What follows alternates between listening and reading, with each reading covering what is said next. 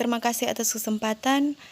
Perkenalkan, nama saya mahasiswa Kristi Julia Sahabang dengan NIM 2014-2011-46, kelas B1 Ekstensi semester 6 dengan dosen pembimbing NS Samuel S. Kumayas, SKEP MKEP, dengan judul makalah terapi komplementer komunitas. Dengan definisi, menurut WHO, pengobatan komplementer adalah pengobatan non-konvensional yang bukan berasal dari negara yang bersangkutan. Jadi untuk Indonesia, jamu misalnya bukan termasuk pengobatan komplementer, tetapi merupakan pengobatan tradisional. Jenis-jenis terapi komplementer yaitu akupuntur.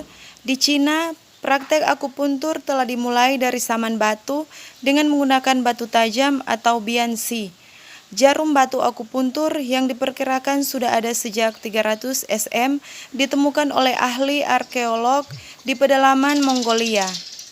Pengobatannya sangat individu, dilakukan berdasarkan institusi subjektif dan pengalaman pribadi, bukan atas dasar penelitian medis. Titik meridian adalah jalur yang sangat penting dalam tubuh manusia sebagai tempat mengalir qi. Qi mengalir dalam tubuh manusia, memberikan energi vital untuk organ tubuh agar organ-organ tubuh dapat berfungsi dengan baik. B. Herbalisme medis. Herbalisme medis menggunakan obat dari tumbuhan untuk pencegahan dan pengobatan penyakit. Memiliki sejarah sepanjang sejarah umat manusia. Di Inggris, metode ini memiliki dasar sejarah yang sebagian dalam model galenis atau cairan tubuh, darah empedu hitam, empedu kuning lendir, temperamennya misalnya panas dingin, lembab, dan kepercayaan bahwa penyakit disebabkan oleh ketidakseimbangan cairan-cairan ini. Kini, herbalisme modern yang dipraktikkan oleh herbalis medis diambil dari pengetahuan tradisional, tetapi metode ini semakin banyak ditafsirkan dan diterapkan dalam konteks modern. Sebagai contoh, herbalis menggunakan pengetahuan terkini mengenai penyebab dan akibat penyakit serta beberapa alat diagnosis seperti pengukuran tekanan darah yang digunakan dalam pengobatan konvensional. Salah satu prinsip dasar herbalisme adalah bahwa kandungan herba yang berbeda bekerja bersama dalam beberapa cara sehingga menghasilkan efek-efek bermanfaat. Herbalis medis mengobati berbagai macam kondisi akut, misalnya infeksi, dan yang lebih lazim kondisi kronis.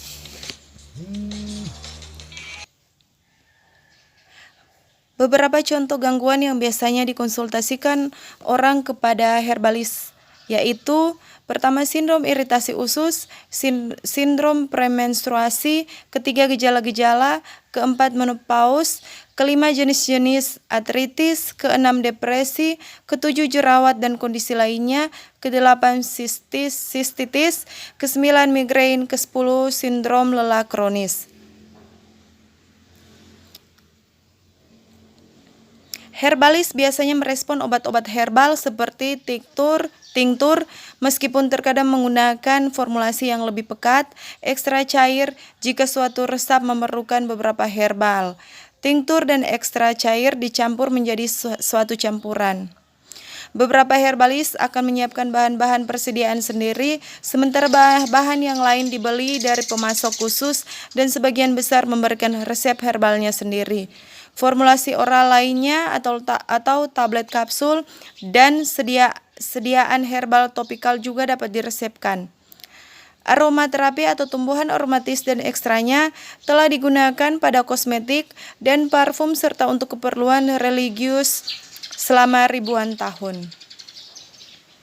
Beberapa minyak atsiri terutama yang memperoleh dari kulit buah sitrus. Beberapa aspek penting untuk penggunaan minyak atrisi dalam aromaterapi diperjelas berikut ini. Pertama, aromaterapis meyakini bahwa minyak atsiri dapat digunakan tidak hanya untuk pengobatan dan pencegahan penyakit, tetapi juga efeknya terhadap mood, emosi, dan rasa sehat.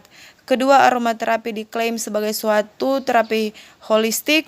Ketiga, minyak atsiri dijelaskan tidak hanya dengan rujukan terhadap reputasi sifat-sifat farmakologisnya, misalnya antibakteri atau anti radang. Keempat, aromaterapis meyakini bahwa kandungan minyak atsiri atau kombinasi minyak bekerja secara sinergistis untuk meningkatkan efikasi atau mengurangi terjadinya efek-efek merugikan yang terkait dengan kandungan kimia tertentu. Penggunaan minyak atsiri adalah dengan pemijatan, yaitu tetesan 2-3 minyak atsiri diencerkan dalam pembawaan berupa minyak sayur seperti minyak biji anggur, minyak jojoba, dan lain-lain. Metode lain untuk penggunaan minyak atsiri yang dilakukan oleh aromaterapis atau dalam perawatan sendiri antara lain penemahan minyak atsiri ke dalam air mandi, kedua dihirup, ketiga kompres, keempat digunakan dalam peralatan aromaterapi.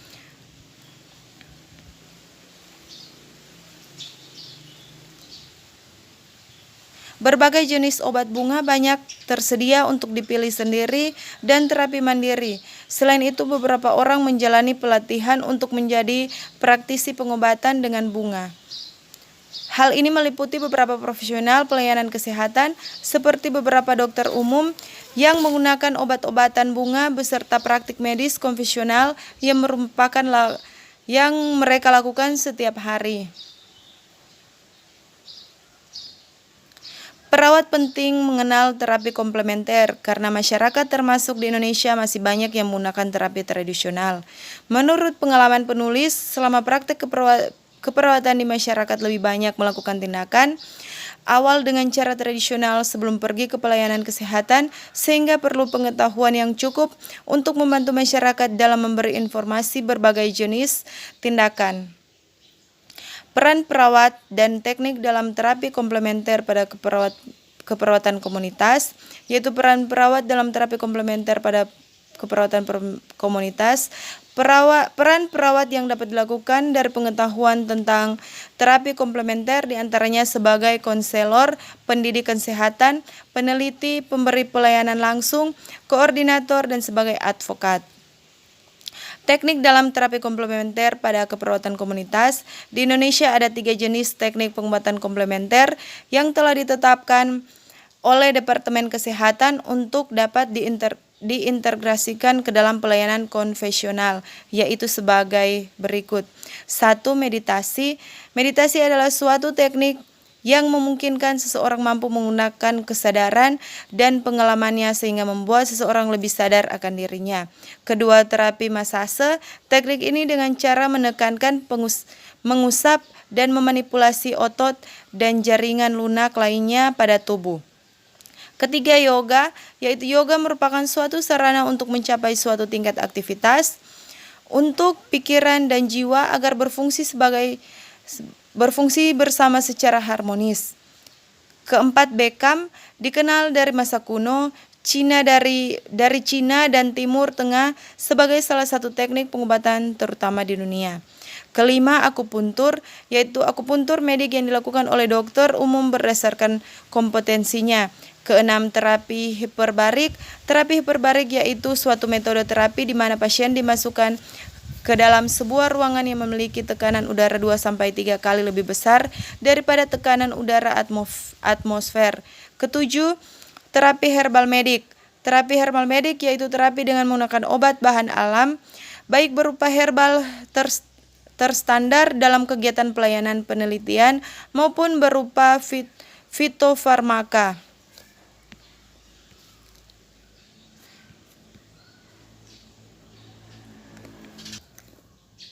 Herbal terstandar yaitu herbal yang telah melalui uji praktik pada sel lain atau hewan coba, baik terhadap keamanan maupun efektivitasnya.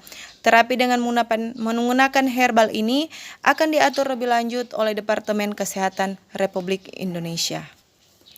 Jadi kesimpulan pengobatan komplementer adalah pengobatan non-konvensional yang bukan berasal dari negara yang bersangkutan Terapi komplementer adalah tindakan yang diberikan sebagai bagian dari keperawatan kesehatan yang terdiri dari berbagai macam bentuk praktik kesehatan selain tindakan konvensional ditunjukkan untuk meningkatkan derajat kesehatan di tahap pencegahan primer, sekunder, dan tersier.